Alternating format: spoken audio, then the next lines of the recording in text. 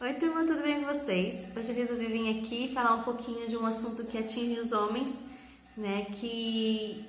Lógico, de uma idade um pouquinho mais avançada, que é a hiperplasia prostática benigna, que é o aumento da próstata, tá bom? Isso acontece porque o tecido conjuntivo ali da glândula, ele vai sofrer alguma alteração e não vai conseguir sustentar ela na mesma posição, então ela vai aumentar, ela cresce, ela incha, tá? E quando isso acontece, ela distorce a uretra, que é o canal que leva a urina da bexiga para fora, né? Na mulher a uretra é pequenininha, curtinha, no homem ela já é maior. A uretra passa bem no meio da próstata, então quando acontece isso ele comprime. E os homens começam a ter uma dificuldade de esvaziar a bexiga, né? Fica com aquela sensação de querer fazer xixi toda hora e não consegue fazer um jato contínuo, fica aquele né? E a bexiga não se esvazia por completo, tá bom? Isso incomoda muito, né? Conheço pessoas com isso e que reclamam bastante do fato de não conseguir eliminar tudo, fica com aquela sensação de que ainda tem xixi para sair, tá? O incômodo, né? De um dolorimento também na região. Para a medicina chinesa, a gente não encontra essa palavra gigantesca se a gente procurar, né? A gente não encontra esse termo propriamente dito. Então, o que a gente vai fazer? A gente analisa quais são os meridianos, né, os órgãos que podem estar envolvidos com esse edema, com esse aumento de tamanho, né, nessa região. Aí a gente avalia o paciente, vê o que está acontecendo no contexto desses órgãos, né, quais são as alterações que estão ocorrendo para a gente conseguir tratar. Mas, de uma maneira geral, nós temos alguns que estão diretamente envolvidos, como por exemplo o baço. O baço ele tem por função manter tudo no seu devido lugar. Então qualquer coisa que sai da posição que estava, ou que aumenta de tamanho, ou que sai daquela região, por exemplo uma hérnia, isso é sinal de que o baço não está agindo, não está forte o suficiente para manter tudo ali. E, inclusive o edema, né, esse vazamento de líquido para fora de um vaso sanguíneo, é sinal de que o baço não está conseguindo manter o sangue, o plasma ou aquele líquido, aquele fluido dentro dos vasos, tá? Então a gente tem que olhar para o baço com um pouquinho mais de cuidado, por quê? Por dois motivos. Porque está fora do tamanho normal, né? E tem edema, tem inchaço, tem umidade. O baço trabalha a umidade dentro do nosso corpo. Quando ele está debilitado, a gente vai começar a estagnar líquido, né? Ele ajuda nesse transporte, ok? Outro meridiano que a gente tem que olhar é o meridiano do rim, porque é na região de aparelho reprodutor, que é a função do rim cuidar, né? A gente sabe que o rim ele armazena as nossas essências e que é através dessa região que ela é transmitida para os nossos filhos, né? Que a gente vai doar essa nossa essência pro meio externo. Então, o rim a gente olha também por ser um fator que trabalha a água, né? A parte da micção, da via das águas também está ali envolvido. E ele sendo do elemento água, ele também tem o parzinho ali com a bexiga, tá? Mas provavelmente é o rim que vai estar mais envolvido na região ali. Ok? Temos também o pulmão, justamente por trabalhar a via das águas, a circulação desses líquidos no aquecedor inferior, tá bom?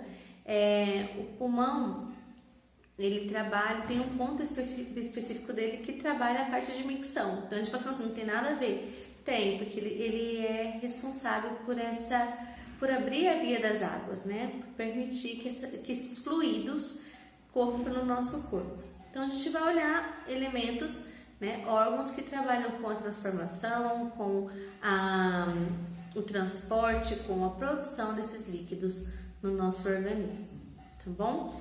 Então vamos lá para a gente tratar baço, rim e pulmão. Temos alguns pontos mais fáceis de localizar e que trabalham diretamente isso, tá bom? Então vamos lá. Vou começar pelo baço, que é assim. Eu gosto de falar do baço, que o baço ele é meio assim, desequilibra muito fácil, assim, tá? Pela alimentação, pelas preocupações excessivas. Então vou explicar um pouco o que é a umidade. A umidade, como eu falei mais cedo, ela é um acúmulo, né, de fluidos em determinada região ou no corpo todo, tá? E isso é uma debilidade do baço.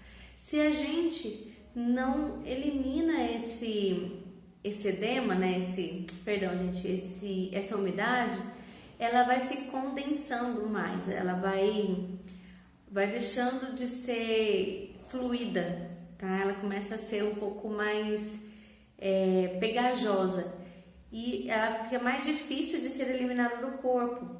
Então ela vai deixando de ser umidade e passando a ser fleuma.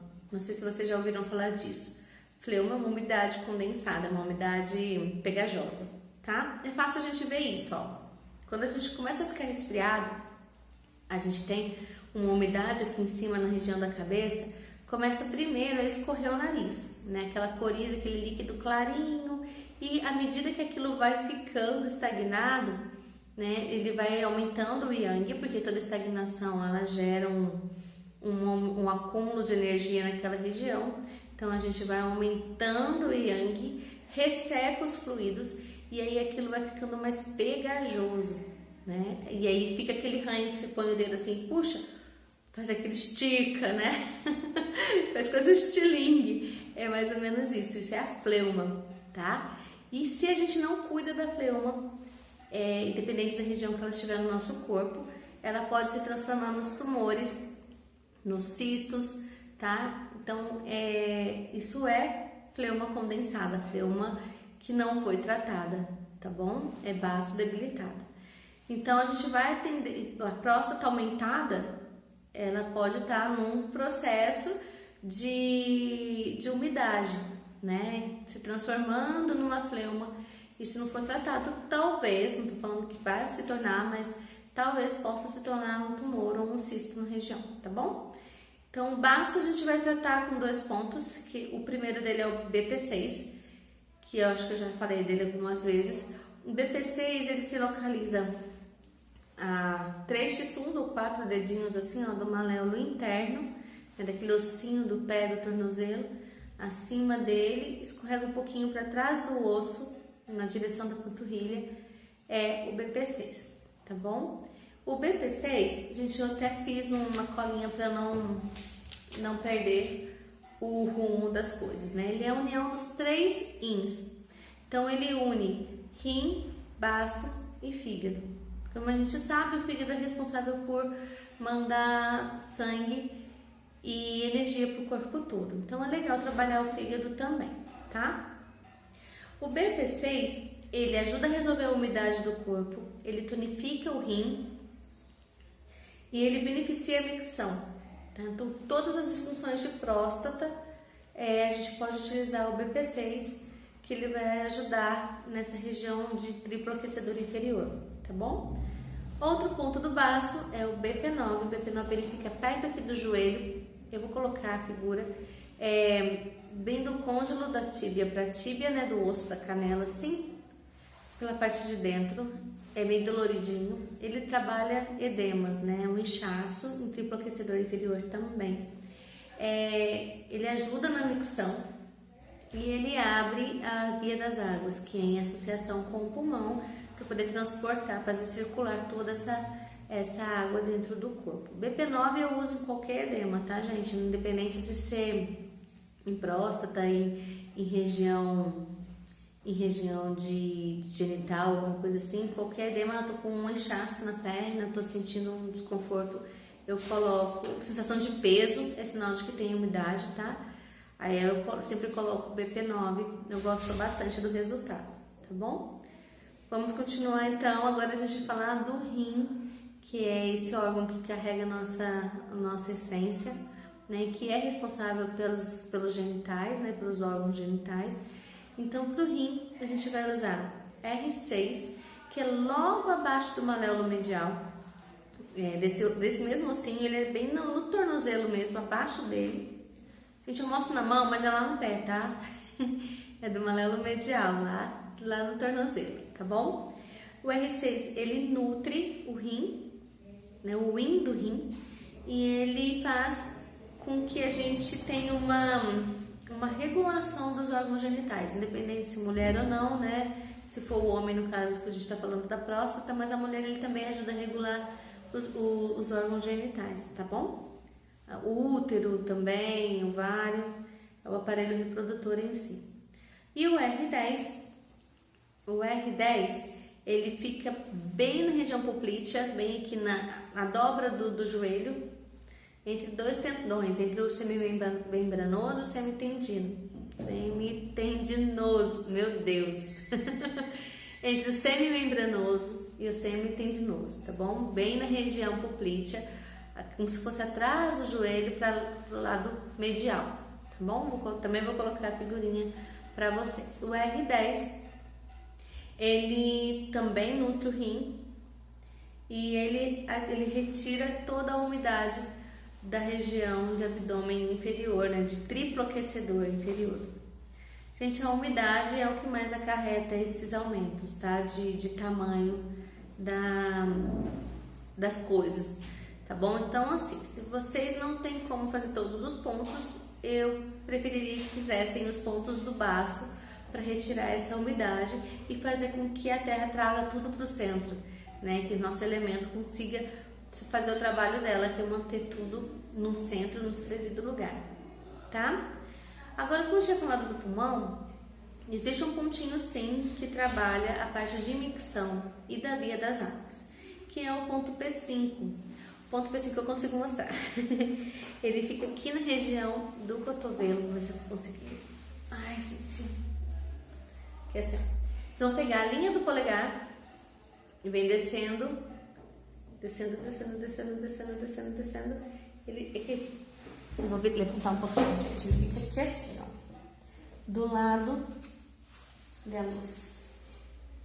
Aqui, ó. Então, o polegar, eu venho subindo. Na hora que eu chego na prega do cotovelo aqui, ele fica ao lado do tendão, ao lado pra fora, tá? Do tendão aqui, certo? Pra cá é região medial, pra cá é região lateral. A gente vai deixar aqui, do lado do tendão, o tendão gordinho. Se você fizer força, você enxerga ele, tá? Esse é o P5, ele também trabalha a via das águas. E ele regula a bexiga, né? Melhora essa sensação de retenção de urina dentro dela. Tá joia? Eu espero ter conseguido passar um pouquinho pra vocês.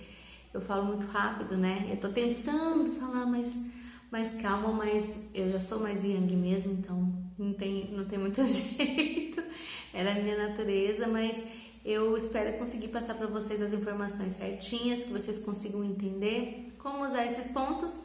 Massagem, pressão, stipper, a pong. Eu uso em mim mesma sementes de mostarda, não só na orelha, mas como também no corpo. Eu uso na minha filha, eu uso nas pessoas mais próximas a mim. Eu gosto bastante de usar semente. Me lembra de que eu tenho que estimular o ponto, sabe? Então, passei a mão, estimulo o ponto.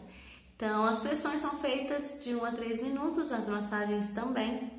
Os apongues, os stippers e as sementes a gente pode deixar até uns 5 dias, mais ou menos, né? Cuidado com as massagens quando tem o stipper, perdão, o apong e as sementes para não machucar, né? A pele, não fazer uma pressão tão forte em cima, porque você já tem ali a esferinha, né? Para poder estimular o ponto.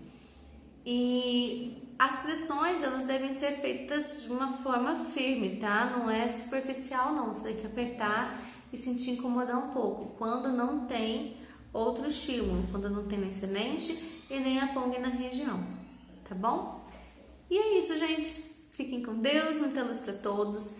Gente, deixem comentários, falem o que vocês estão achando, se vocês queriam saber de algum outro assunto, que tem alguma dúvida em medicina chinesa, ou só com os pontos de acupuntura, ou só nas patologias, podem mandar aqui, eu vou tentando responder para vocês por vídeos no Instagram, do jeito que a gente conseguir eliminando, sanando essas dúvidas aí, tá bom? Fiquem com Deus e muita luz para todos. Até a próxima.